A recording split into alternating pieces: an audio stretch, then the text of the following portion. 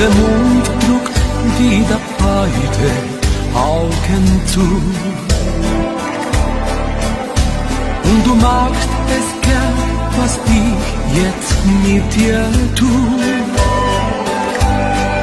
Und dort am Fenster steht der Strauß, ein Rosenduft im ganzen Haus.